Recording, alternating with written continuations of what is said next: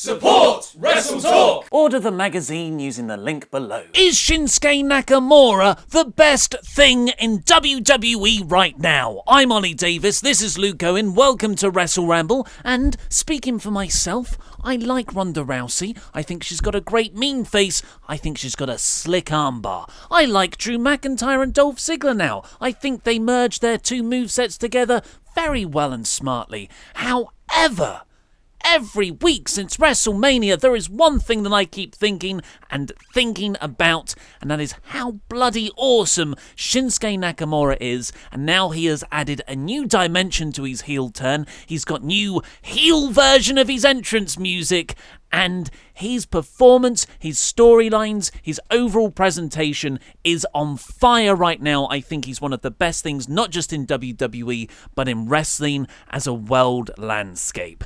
What about you, Luke? 100% agree. Thank God, I thought he's fine. He's fine. No, I completely agree. He's one of my favourite things on SmackDown at the moment. It's one of my favourite things in WWE at the moment. And I didn't really think that this was a needed thing.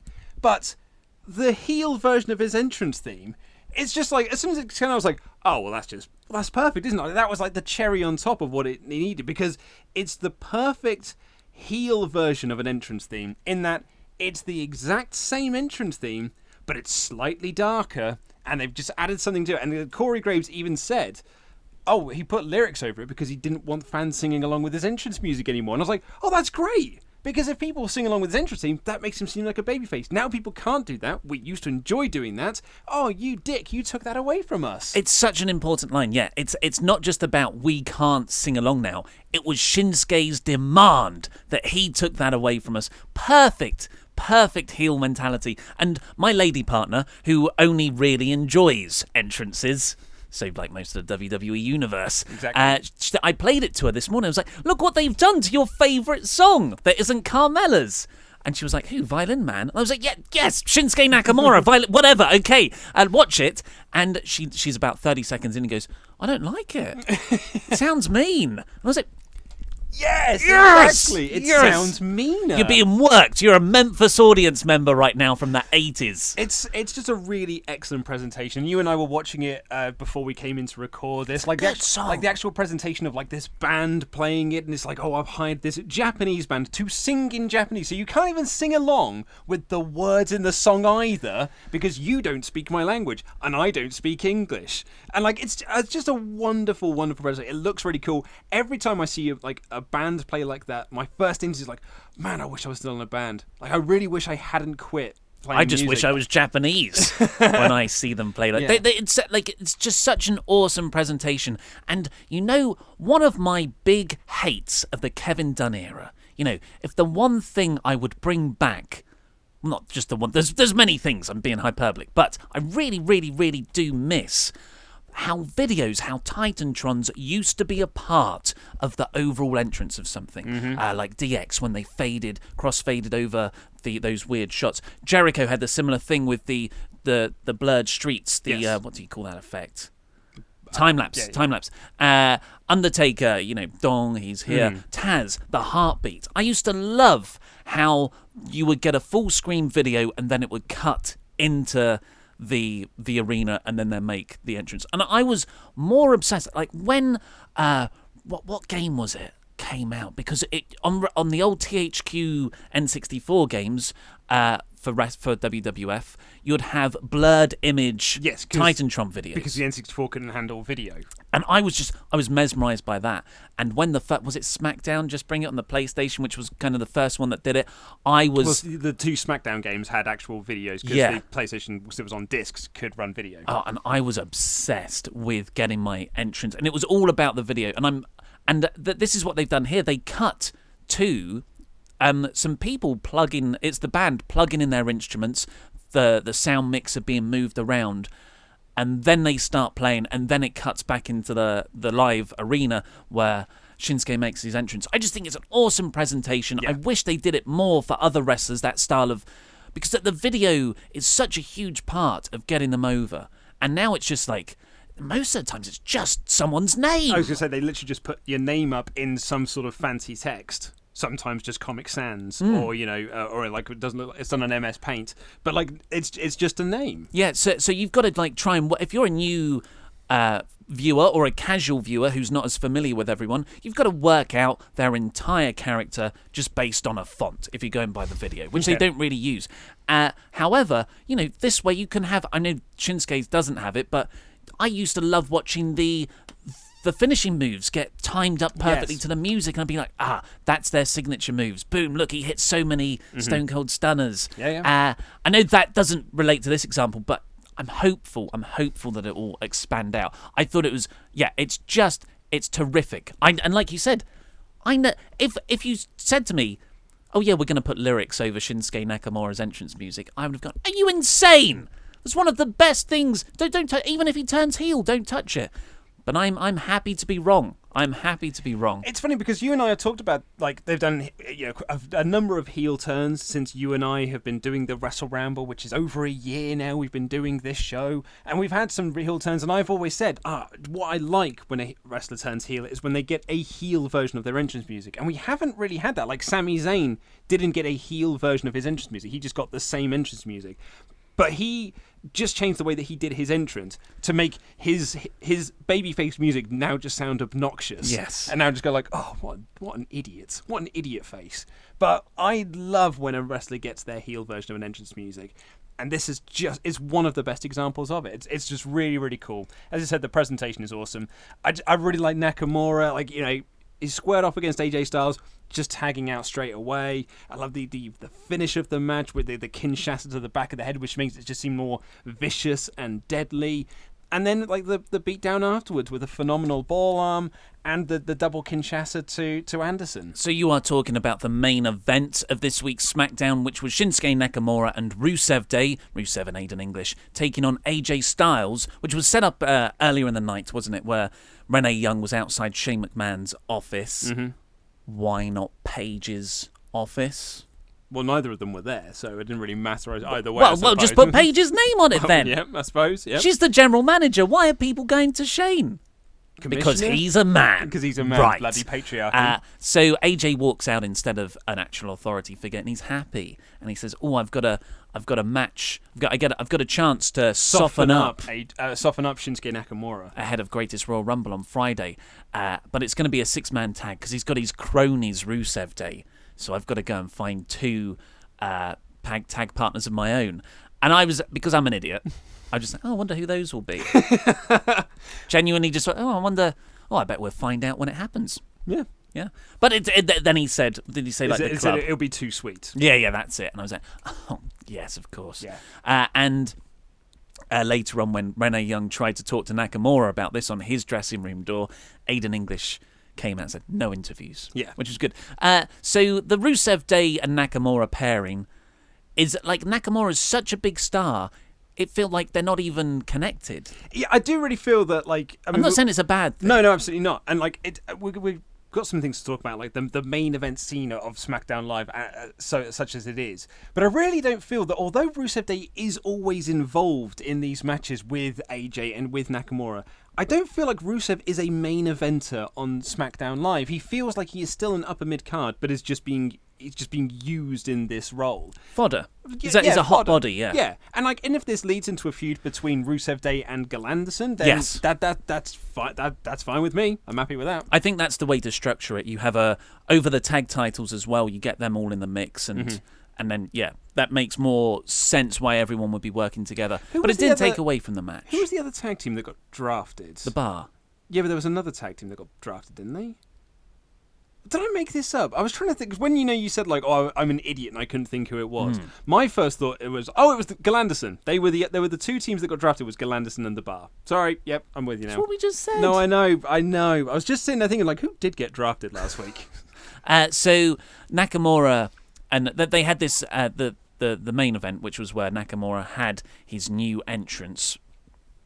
And it was a decent match, but the finish was very, very cool. At the start, you said when it was Nakamura and AJ, but Nakamura tags out right away. AJ, I love his character because he is this hothead babyface, which is consistent with his heel persona as well, which is why it's also nicely interwoven. AJ just went for Nakamura, even though he tagged out and he beat him up on the apron, which is good. But the finish was really quite masterful. Styles, where are we? So Gallows is distracted, but he's thrown someone outside, but Nakamura got the blind tag, and then Nakamura delivers a Kinshasa to the back of Gallows' head for the win, and then he gives AJ a low blow afterwards, the full-on lift you up phenomenal ball arm, and then he's gonna hit AJ with the Kinshasa, but Carl Anderson runs in the way and takes a bullet for AJ, of course, formerly the Bullet Club. Everything works so well contextually. Like, this is, and I love it when they strike this balance, when it works really, really well anyway for someone who knows nothing about the history. But if you know the history and the context, it's incredible. Yeah, it was really nice. It's funny as well because like the commentators are like, "Oh, he took the bullet." My first thought was just like, "Oh yeah, like the Bullet Club. That's quite clever." But I never realized like, "Oh, I wonder if that." I didn't look at it as like that's all contextual within that. But that actually makes it seem much. That seems cool. I literally just thought like, "Oh, he channeled his inner Johnny Gargano and pushed AJ out the way." Because they're all part of that Japanese contingent. Yeah. They all moved over at the exact. Well, not the. Well, yeah, it was the exact same time. All four of them came over at the same time. Yeah. And then Nakamura just has this brilliant bit. AJ is still selling his balls, his phenomenal balls. So he's trying to help Carl, but Carl's knocked out. And Nakamura looks at the scene. He's like, I could give AJ a Kinshasa quite easily here. I'm gonna take out one of his best friends who's just joined him on the brand right in front of him. And Nakamura hits Carl Anderson with the Kinshasa. And just like AJ is fingertips away from pushing Carl out the way. He's trying. I really appreciated it all.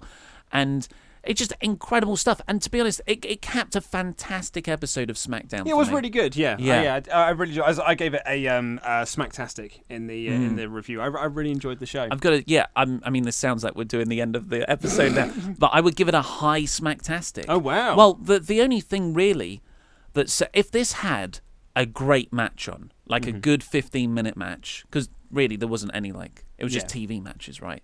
Or a killer angle. This would have been a SmackDown episode. It's really funny. SmackDown very rarely has those like long 15-minute matches. Like, and it's not because they need another hour. Well, I was about to say, I don't think it is the other hour argument. They just like, I don't know what it is, but they never have long matches, and it always seems that every one of their matches has an ad break in there to kind of like break things up a little bit. So SmackDown never really feels like it's a wrestling heavy show. Although they have a lot of matches, they never feel like wrestling heavy. They just use their matches very creatively to kind of tell and further storylines, which I really appreciate, and that happened, a lot on this show. I did think it was a really, really decent show, and I particularly love the ending. Well, let's get on with our full review.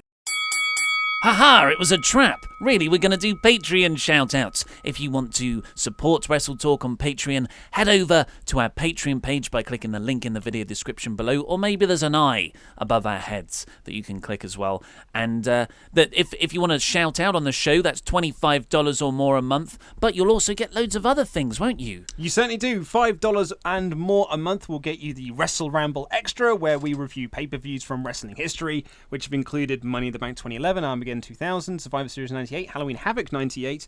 What else have we done? Wrestle Kingdom 10, which was the final show with Gallows, Anderson, Nakamura and AJ. No Way Out 2004, the Eddie Guerrero WWE Championship win. And what did we do last month? WrestleMania 25. So you get access to all of those past episodes, which are like 3 to 4 hours long each. And we've got WrestleMania X7. At the end of this month as well, or start of next month. And $10 more backers will get access to Ramble Club, where we review wrestling from around the world, including, the last month included Zack Sabre Jr.'s entire New Japan Cup run and loads of matches over WrestleMania weekend from non-WWE promotions. And we also read Big Apple Takedown. Yes, page by page. I saw you were just looking for it. I can't find it. I must have put it somewhere else, taken it home for read. Oh no, it's here! Oh, there it is. Here it is, Big Apple Takedown, WWE novel from 2006, where John Cena, Batista, Booker T, Vince McMahon, Triple H, and the lovely Tori Wilson take down a meth lab. This actually happened. This is a real book. This did and happen. It's incredible. Yep. Yes, so thank you to our Patreons Pledge Hammers. Sledgehammers. Of $25 a month or more. Stem Cell Robert Stemmen. Big Ben Spires. Dead the Pool Warrior. Britain's next top model, Phil Stopford. I hate Mondays, John Mower. Damn, I knew this one would be next. Because we said his name wrong last time, and he did email in to let us know, but I couldn't find the email. McCulloch, maybe? McCulloch. But the stepbrother, Brennan McCulloch, maybe. Let's all fly a Ryan kite. That was a little one. Killer Chris Phillips. The real true heel, Len Bren. Jonathan, the headmaster headman. The mayor of Painesville, Dan. Who is the winner of the latest fantasy booking warfare poll. Yeah, so another thing you get if you pledge $25 a month or more is you get to suggest fantasy booking warfare topics for us, as well as pay-per-views for us to review in WrestleRamble Extra. Yeah, and we put those up for a vote, and anyone on Patreon can vote for which one wins. And yeah, so the retirement of Chris Jericho, we will be recording to go up this weekend. We certainly will. Me versus you. I'm confident. I haven't finished mine yet. Yes. This is what happened last time. I was confident I'd finished mine. It was all nicely worked out, and then you came in and delivered the greatest pieces of booking. Well, that might not happen this time around. Greatest royal booking you did. Where were we? Draft House Games was my... Draft House Games. That's better. The Sea Cred Society. Lewis Not So Nature Boy Milroy. It's not getting a good ring. That's better. Steep Climb, James McMahill. James McMahill. Yeah. And finally, You Sold Out, Jay Sellers. It's a SmackDown review, Maggle. I love it. We got us a flying Uso. Another quick tease before we get started with the review. If you subscribe or download the podcast version of WrestleRamble, which is totally free, you can get it wherever people get podcasts from, iTunes, Google Play, not on Spotify because you have to be there's a lot of people ask why we're not on Spotify. You have to be invited to be on Spotify, and then if you are on Spotify, you can't be on any other platform. So we've not been invited, and B, I'm not sure we'd take up the offer if we were. But there's anywhere you can get your podcasts from. Search for WrestleRamble and you'll find it there. Especially in today's episode, because in the outro we will be reviewing Avengers Infinity War. Thanos demands your silence, so it will be a spoiler-free review. But if you want to avoid it completely, if you don't want to know any single thing, like whether we enjoyed it or not, it will be at the outro, so don't worry about listening to the podcast, it will still be there. Yeah. So, SmackDown kicked off with a Bruno Sammartino memorial image. It was nice, yeah. Not everyone out on the stage, which I was surprised by. I think they did it on Raw. Yeah, no, but it's a different show, man. It's the B show. Exactly. And then the actual episode opened proper with Miz returning to SmackDown Live after a year out on Raw, and with a Miz TV segment. It was meant to be with Daniel Bryan. Yes, but it was actually with Big Cass. Miz cut a long promo at the start of this about his feud with Daniel Bryan, his long-standing feud with Daniel Bryan, about how Miz is a changed man since he's had his daughter Monroe Sky, and he's not a violent man anymore, and he's surprised that Daniel Bryan wants to #punch him in the face. Maybe his connection with his daughter is just not as strong as Miz and Monroe Sky. Yeah, it was really smarmy. It was. I didn't know it was long. I thought it was a good promo. It was a good promo. I just thought it went really, really long. Oh, I didn't pick up on that.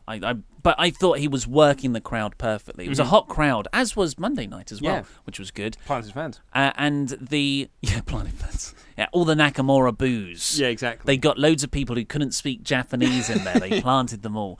He talks about Bryan's feud, and he had that killer line about Monroe that just maybe didn't change Bryan the way it has me. Exactly, yeah. It was nicely delivered. So we were meant to have Miz TV with Daniel Bryan, but instead, Big Cass came out. Now, we said last week, oh man, Big Cass is here. Like, maybe he's going to be the Jinder of 2018. Some people said he might be the Baron Corbin of 2018 because he's a big lad, and that's what Vince likes. He likes big lads, and he came in and he took out Daniel Bryan. And we were like, we'll see. We'll see what could happen with Big Cass.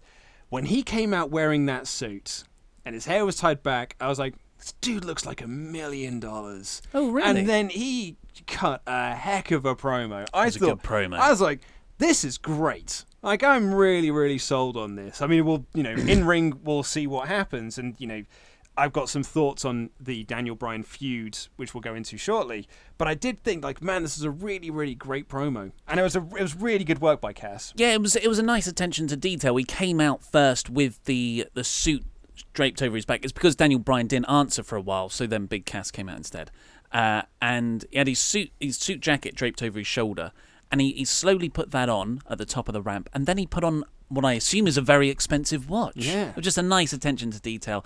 And then he gets in the ring. And yeah, I was not enthused about a main event run for Big Cass when you've got such a good scene in SmackDown anyway of other wrestlers. But he did, and I'm still not like, wow, I can't wait for Big Cass's feuds and programs because I do feel like he is a bit limited in the ring. But this was a good promo. It was a really good promo. But it was a promo that gave a lot of context to why he was angry with Bryan, that he was out for 7 months. I was overcoming an ACL tear. You're like, well, that's not as severe as actually retiring for 2 to 3 years. Yeah. And then Big Cass is like, I used to be small, but I got big. Like, that was something he worked at. But of course, it was a natural advantage. Exactly. And then he says, so he's got this agenda against small guys, infused by the idea that Bryan has stolen some of this adoration that was meant for him. It was a nice motivation. Yeah, I really like it. But what I particularly like about this segment, what I really, really liked about this whole promo and this kind of segment overall, is that it established that Miz and Cass are not working together on this, which is what some people theorized last week, that maybe Cass will be Miz's bodyguard in the same way that Drew is Dolph's bodyguard perhaps, in their sort of Raw dynamic. And some people wonder it might be a bit of a Control-C, Control-V situation. But it's not. Like, Miz says, it goes like, Cass, I don't need your help. Like, I don't need your help taking out Daniel Bryan. And Cass was like, it's not always about you. This is about me now. And I was like, oh, this is brilliant. This is literally heels against heels, interconnecting storylines. We've got multiple feuds happening at the same time here. This is really, really great. This is 2016 SmackDown. That's how it was booked. When you could really enter a feud with anyone because all the heels hated each other. All the faces were also warring with each other because it's all about trying to get that top spot, which feels like lost sometimes when it's just two guys fighting for eternity. It's a lot more interconnected, like you said. Much better, a much better way of doing things. Did you see the Birdie versus Monroe sign in the crowd? I did. Did you see the Swaff Nation sign in the crowd? No. Yeah. It was. I spotted it after the Shelton Benjamin match. It was just there at the crowd. Another planted fan. I hope Randy Orton saw that. I wouldn't know if he did, if he tweeted about it. Still blocked you. Yes. But it's... okay, so here's the thing about this Big Cass thing. Because you just said then, you're not looking forward to the Big Cass main event run. And the way that I looked at this, and the way that this kind of sort of set up, and what's happened since the SmackDown After Mania, it feels like this isn't a main event thing. This is an upper mid-card thing. And I get that this feud between Bryan and Cass is meant to elevate Cass. They're using Bryan to elevate Big Cass. But I really feel that it's actually just taking Bryan down. It's not elevating anyone. It's actually dragging Bryan away from the main event scene of AJ and Nakamura into this upper mid-card scene. And the SmackDown review, as I called it, has Bryan lost momentum. And it did feel like, it was only a few weeks ago. It was like, Daniel Bryan has returned. He's going to have these feuds and these feuds and these feuds.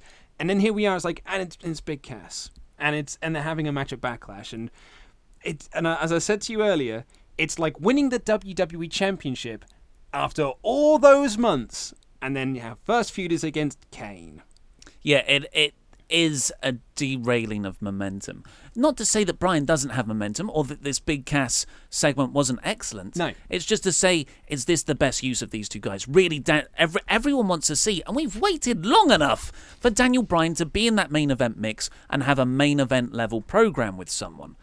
Not a Big Cass feud. Not helping someone, not using your star power to try and elevate someone else. It's like it's not the best use of Daniel Bryan at this point when he's just come back. Yeah, like, he needs a hot feud. Exactly. Yeah, do it down the line. If you did Daniel Bryan and Big Cass after SummerSlam, and you gave Daniel Bryan a really hot feud to come back to when the crowd are super into him at the moment.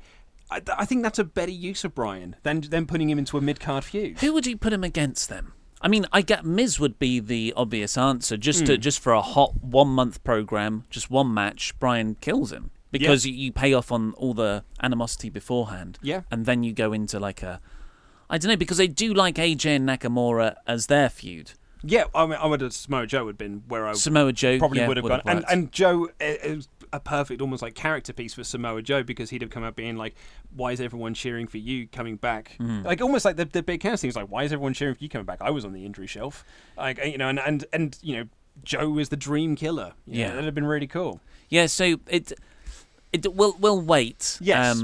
So after the Miz TV segment, Asuka and Becky Lynch were shown walking backstage to gorilla position to come out for their match. But the camera goes, oh no, look, Daniel Bryan's on the floor and there's some people treating him. And this was like the SmackDown of 2016, where everything feels a bit chaotic, like it is just unfolding as it's being filmed rather than carefully plotted out and scheduled beforehand. And I like this, because I really enjoyed this. You had Becky and Asuka walking down. They were like, oh, coming up next, we've got a tag match. And then, you see Daniel Bryan, and then they go over and check on Daniel Bryan. I like that more than as people are making their exit, or like they've just finished their in-ring segment, someone's music plays, and then because a match is about to take place. I think it works better in this sort of backstage area than it does in the ring. Oh yes, yeah, without a doubt. Just before we move on from that, Cass had a really great line when he was talking about it. He was like mocking Daniel Bryan's like reach for the stars and like believe in your dreams and your dreams will believe in you and all that sort of nonsense. But he's like, I didn't need to wrestle in bingo halls. I didn't need to go to Japan or Europe. I just walked into the job. He's got Baron Corbin's gimmick in NXT. Yeah, and I loved Baron Corbin's gimmick in NXT. So Becky Lynch and Asuka did make their way out eventually to face the Iiconics. Oh, and the Iiconics cut one of their fabulous heel promos to start off with. It was fun. Falling over themselves to laugh at their crap jokes and awful impressions. It was so funny. I got a real edging Christian vibe from them. It is, yeah. Really, sorry. It's just like, and then just like, oh, the camera loves you. No, it loves you. No, it loves you. Oh, it just loves us. Yeah. Like, it's so funny. And then it's like, and she goes, oh, close your eyes. I'm going to do an impression. Yeah. And then she does this awful Irish accent. Billy Kay goes, hello? I'm talking about terrible impressions. And he goes, hello, is that Becky Lynch? I feel like she's right next to me. And so good. They were pointing out how, well, we ended Charlotte's title reign. This is my bad accent now. I think we should do all Iconics review bits in bad accents. In bad accents? Well, it's not. It's my best accent, actually. I'm just not good at them. Australian is one of the few that I can't do very well. We beat Charlotte for her title reign, and so really we beat Asuka. Yeah, and they're laughing, and then Peyton Royce, I think, goes, "It's maths." Yeah, it's just science. Which was like just a perfect punctuation point to it. I was going to say they theorize via science. Yeah, because and then like it's great because that kind of helps Corey Graves and Byron Saxton, because Byron Saxton go like, that doesn't make any sense, and Corey goes like, no, I've done the math, I've looked at the science, it does make complete sense. Do you want to see my workings? It's so funny. Corey's so good at the moment. And then they had like a 5-minute-ish match, which was fine, I guess. Yep. Speaking of losing momentum, poor old Asuka. Yeah. And Becky lost when Peyton, she was on it was quite a nice finish actually. Becky was on the apron, and Peyton kind of bumped her into the ring post and then did a roll-up through the second rope and then used the ropes to leverage herself for a cheating win. So it wasn't a clean victory, but it's and I get that you want to put Iconics over, especially as they lost to Charlotte last week. But Asuka, man, like, look, yeah, I know. Couldn't Naomi wrestle? Oh, well, no, she's in her own little feud now, isn't she? She's got her own different storyline going on. But juggling bits. Do you know what? Asuka needed something hot coming out of losing the streak, and apparently their idea for something hot was not being on TV for a couple of weeks and then losing a tag match. Yeah. It is quite similar to the Daniel Bryan stuff. Like, it's not awful, but is it the best carry-on of momentum? Yeah. You would have thought they would have some better ideas for these, like, your top people. Then we had the AJ Styles backstage bit that we've already talked about, where they get the club back together. Then we had a really good Andrade Cien Almas video package. I can't wait for him to debut. It's going to be awesome. Wonder how he's going and when. Maybe after Backlash? Yeah. Because he hasn't got a match at Backlash. Yeah, maybe to challenge Jeff Hardy for the US title. Yeah, that would be good. And then we got that Usos and Naomi segment backstage, which is Naomi's storyline. And this was also really, really cool. Just making SmackDown feel like a living, breathing world where people do have lives in the locker room area, in the backstage area. It's not just all sterile offices with one picture of pure heart, pure country, gold. Yeah, whatever it was called. But yeah, this was so the Usos were kind of bantering in their locker room, and then Naomi walks in and was like, "I don't think you should go out and face Eric Rowan, Jimmy. Jimmy's her husband. Yes, that's the one." And Naomi's really putting over the Bludgeon Brothers. She's saying, "When I looked in their eyes last week, when I ran down to help you, I didn't see anything there behind their eyes." She's like, if I hadn't have come down last week, who knows what would have happened? Yeah, but Jimmy is playing this off perfectly, just like a flirty. This is how me and my lady partner talk to each other, all street-like. Yes. And it's, you're so cute when you're angry or worried, babe. Wait, I'm gonna go in to kiss you. Get off me. That's my personal experience. But Naomi is like, "Oh, yeah, thanks. I mean, I love you too, but please don't have this match." And Jimmy's like, "It'll be fine." And then do a cool handshake, which me and my lady partner me and my also wife have. are forever doing like cool handshakes. Yeah, It's a nightmare when we get in from work because most of the evening is just taken up by us doing handshakes and whatnot. Most of our Sunday afternoons are spent coming up with new, cooler handshakes. Well, you want to have a new one every month, don't you? You want to debut them at social occasions. Yeah. So this was really, really good, and it led directly into Jimmy Uso coming out for his match against Eric Rowan. Because Jay and Harper had a match last week. Yes, and this is, they're doing enough for this not to feel repetitive. Which is funny because you were a little bit concerned about this last week, that you were starting to lose a bit of interest in this feud. And you did say, "Hey man, they have added Naomi," and I was like, "I don't care." But then this week, I was like, "This actually added another dimension to it." So yeah, I'm happy to be wrong. Prove me wrong more, WWE. So the Usos go over to the Make-A-Wish kid at ringside. It was very lovely. But my wrestling mind goes, "Oh crap, that kid's getting beaten up." The Bludgeon Brothers are going to do an angle with the kid. Hit him with the mallet. Yeah, that's all. It's all a work, brother. They're plants. So that didn't happen, which is for the best. But Jay was taken out by Luke at ringside very early on, and then Eric's fighting Jimmy Luke in the Harper, ring. not me. Yes, Luke didn't run in, but Jimmy got the better of Rowan for a bit, and it was quite exciting. Very short match, but it was exciting. Yeah, this match only went about 90 seconds. If at all, it maybe went 2 minutes, but it did. They crammed a lot into that. It felt very chaotic. It felt really good. It made me kind of look forward to their match this coming Friday when I eventually watch the pay-per-view whenever that happens. But it was a really cool thing. I quite enjoyed it. And and then all of a sudden Naomi's music hit. Well, this is when Eric started to dominate. It looked like things were going to go bad for Jimmy. And Naomi's music hit, and she came out doing her full Naomi entrance. And at first I thought, if you're going to make a save, don't do your entrance. That's exactly what I was thinking. Just run down, mate. Yeah. Just do that. But she was doing it to cause a distraction because you turn around and they've got Harper and Rowan standing there going what? What's going on? And then Jimmy runs in, bit of a kick to Eric Rowan, rolls him up, and gets the win. I think that's the Bludgeon Brothers' first loss. Probably is, Yeah, so they haven't lost as a team, but that's their first loss, one of them, since coming back as the Bludgeon Brothers. And then they all celebrated the three of them together. And I was like, hey! And then I thought, and Shane Naomi's not going to be there Friday. Yeah, it was. Yeah, good point. It was a nice way to build the match on Friday. Usually, the idea of the champions losing before the pay-per-view, I don't really care. But this worked. This worked very well. So what? And I did like all of this.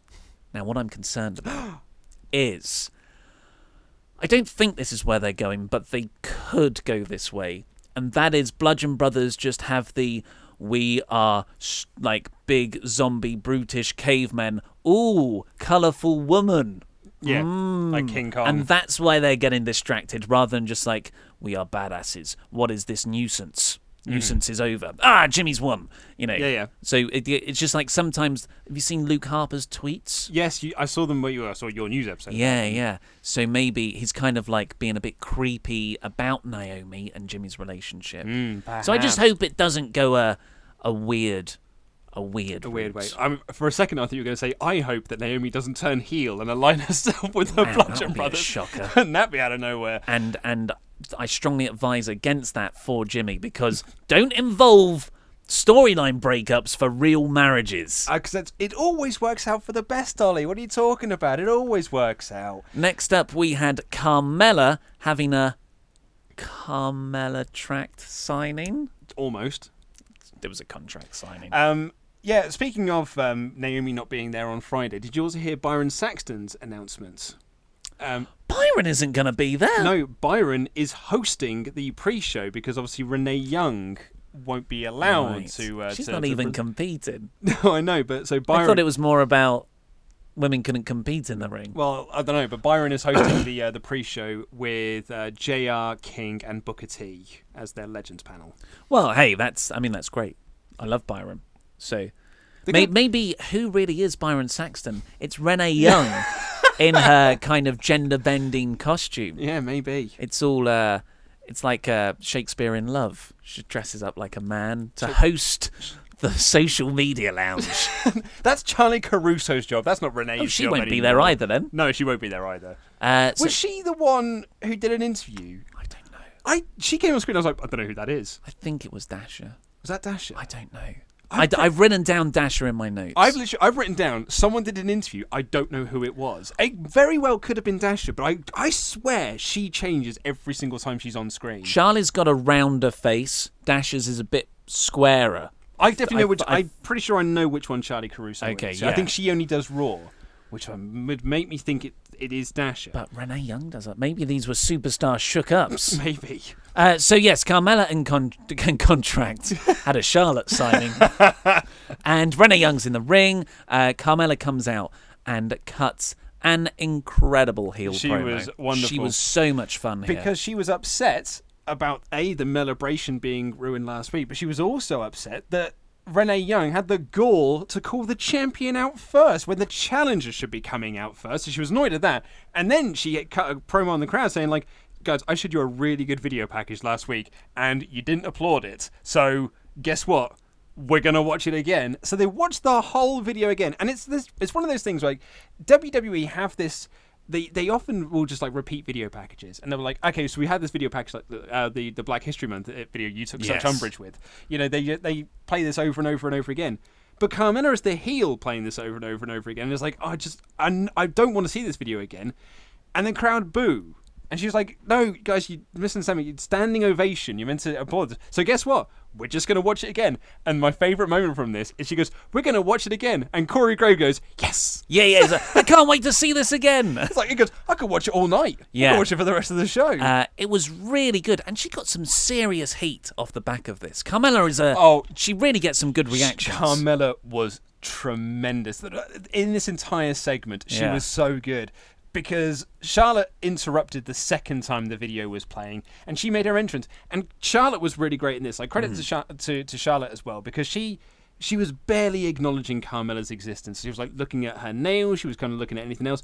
Because Carmella then just started dancing around the ring. She was like parading the title in front of her, going like, look what I've got, doing the strut, going woo. And then Renee Young was like, Carmella, like, can you act like a champion and please sit down? And Carmella responded to that by more posing and taunting. It was so good. She was just acting like a complete knob.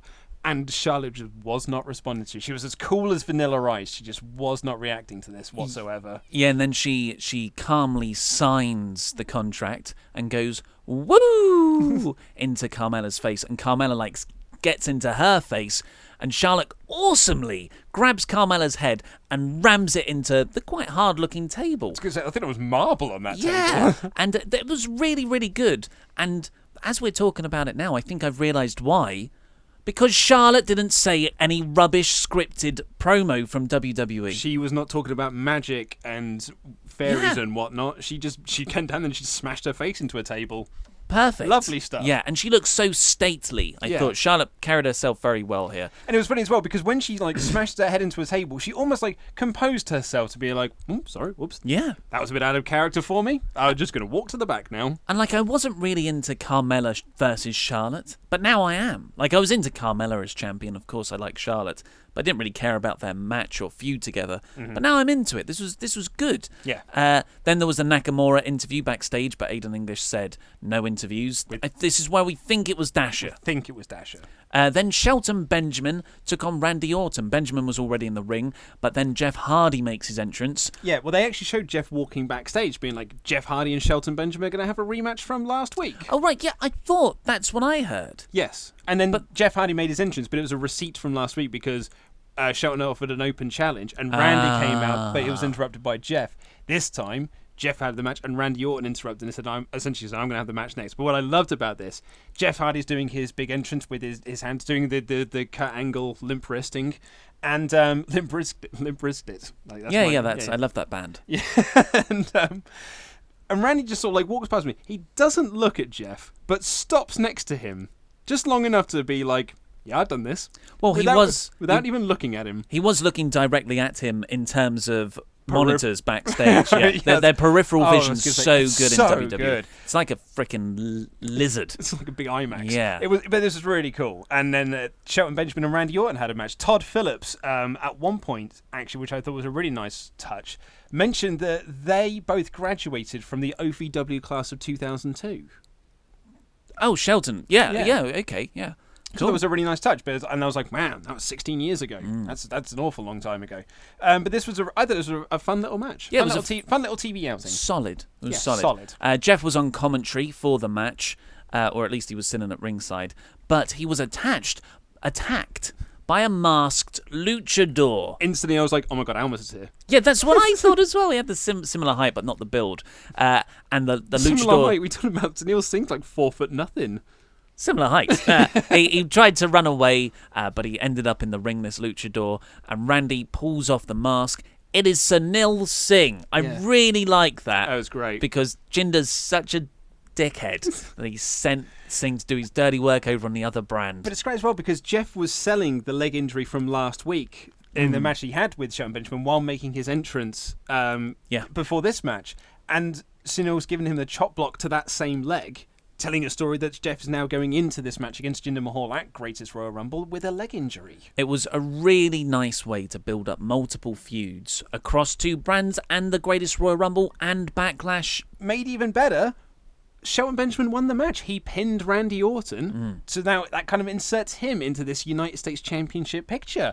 And that's a win that elevates Shelton. It doesn't devalue Randy, it elevates Shelton.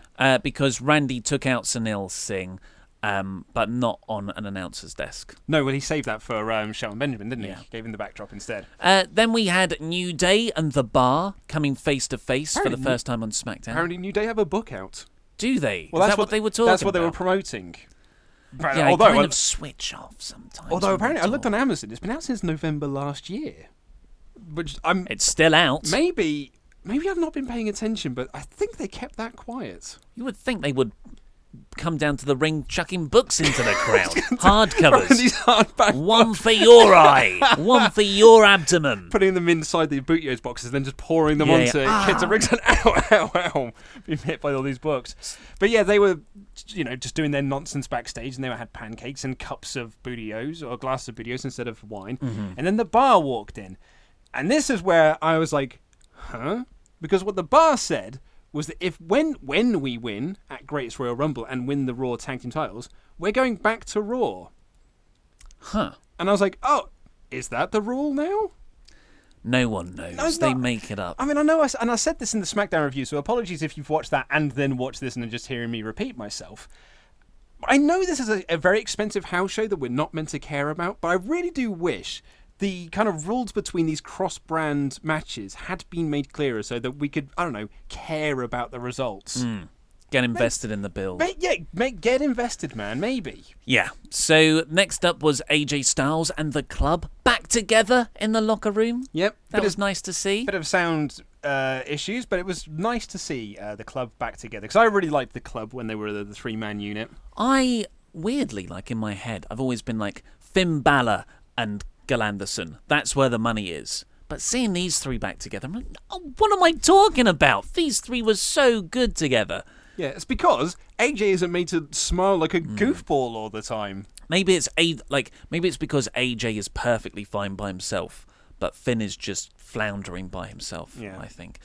Daniel Bryan was next. He comes out of the trainer's room because he was being treated from being beaten down earlier on in the show.